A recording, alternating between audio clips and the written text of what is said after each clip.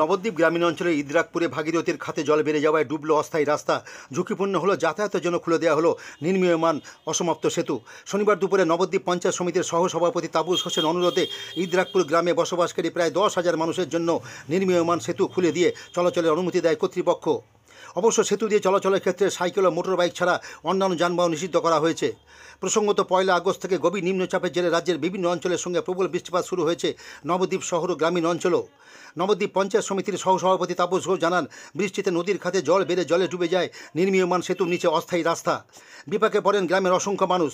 তাই ঝুঁকিপূর্ণ হলো ছাত্রছাত্রী থেকে শুরু করে প্রতিটি গ্রামবাসীর কথা ভেবে অস্থায়ীভাবে নির্মীয়মান সেতু দিয়ে চলাচলের অনুমতি দেওয়া হয় এদিন থেকে। কেন নিচে কি জল হয়ে গেছে? নিচে জল হয়ে গেছে, রাস্তা ভেসে গেছে। রাস্তা ভেসে গেছে। এই ব্রিজটা তো এখনো কমপ্লিট হয়নি। কি করবো, আসতে হবে। এটা ঝুঁকি থেকেই যায় না? এটা ঝুঁকি তো থেকেই যায়। আপনার নাম? আমার নাম প্রভাত দাস, ইদ্রাকপুরে বাড়ি। দেখুন, এখন ব্যাপারটা হচ্ছে সবসময় তো আইনটা তৈরি হয় তো মানুষের কল্যাণের জন্য, মানুষের অসুবিধা করার জন্য তো আর আইন তৈরি হয় না। এখন মানুষের সুবিধার জন্য এখন বহু স্কুল ছেলে মেয়ে সবজি দুধ এসব যাবে, তাই এখন তো জল দিয়ে যাওয়ার কোনো পরিস্থিতি নেই। কিংবা নৌকা নিয়ে আসবো, নৌকা নিয়ে এসে যে এখানে করব সেটাও কোনো উপায় নেই।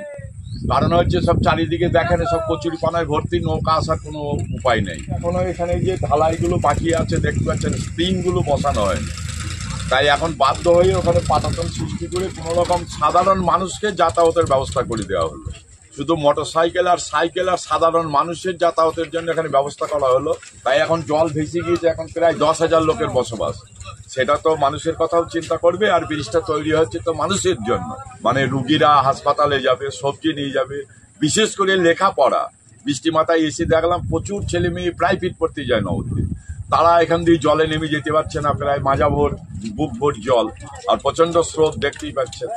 তখন বাধ্য হয়ে এই অস্থায়ী ব্যবস্থাটা করেছি। যদিও একটা রিস্ক থেকে যায়, কিন্তু মানুষের কল্যাণের জন্য একটু রিস্ক নিতেই হলো। আপনার নাম? আমার নাম তাপস ঘোষ। আপনি? আমি নবদ্বীপ পঞ্চায়েত সমিতির সহকারী সভাপতি।